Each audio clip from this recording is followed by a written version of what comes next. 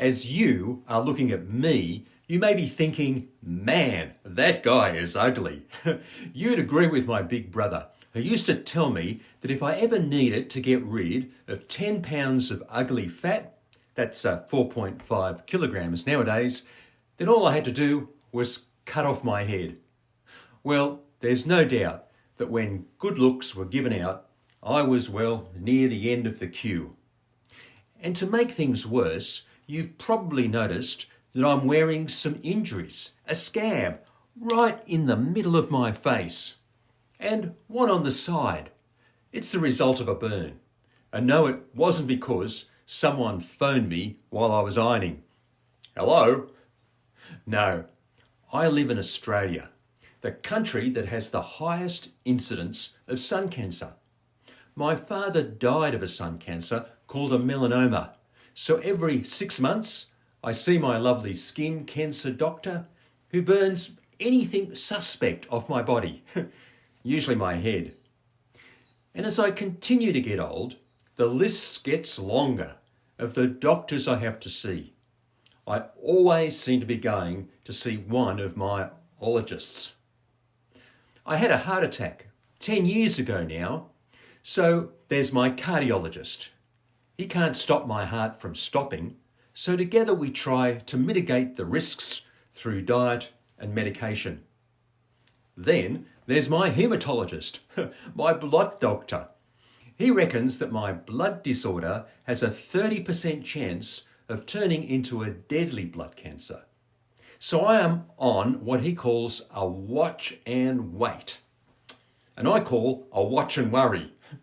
He says, don't worry, you may be in the 70% that doesn't get it. Then there's my nephrologist, my kidney doctor. I had a kidney stone 7 years ago. Evidently, if you had a kidney stone, there is a high chance that you'll get another within 10 years.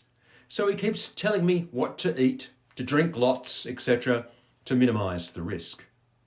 Well, what can you expect?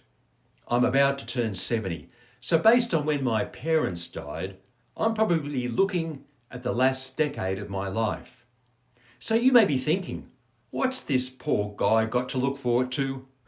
Well, let me tell you, I've got a lot to look forward to.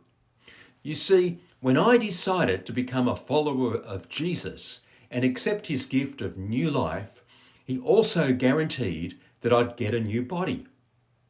That's right, a new physical body.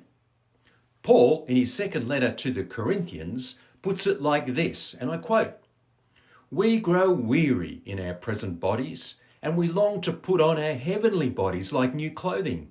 For we will put on heavenly bodies. We will not be spirits without bodies. While we live in these earthly bodies, we groan and sigh. But it's not that we don't want to die and get rid of these bodies that clothe us. Rather, we want to put on our new bodies so that these dying bodies will be swallowed up by life. God himself has prepared us for this, and as a guarantee, he has given us his Holy Spirit."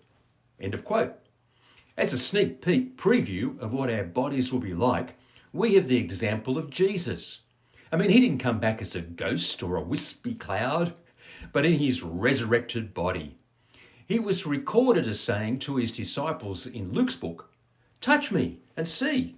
A ghost does not have flesh and bones as I have." My new body will be recognisable as me, but the very best version of me, completely free from sickness, aching pains, ageing and sadness. I'm also asking God if he could arrange it that my new body can have lots of hair, great abs and straight pearly whites. Would you like to be able to look forward to that for yourself? Then give us a hoy in the comments below. It really is an offer too good to refuse. God bless.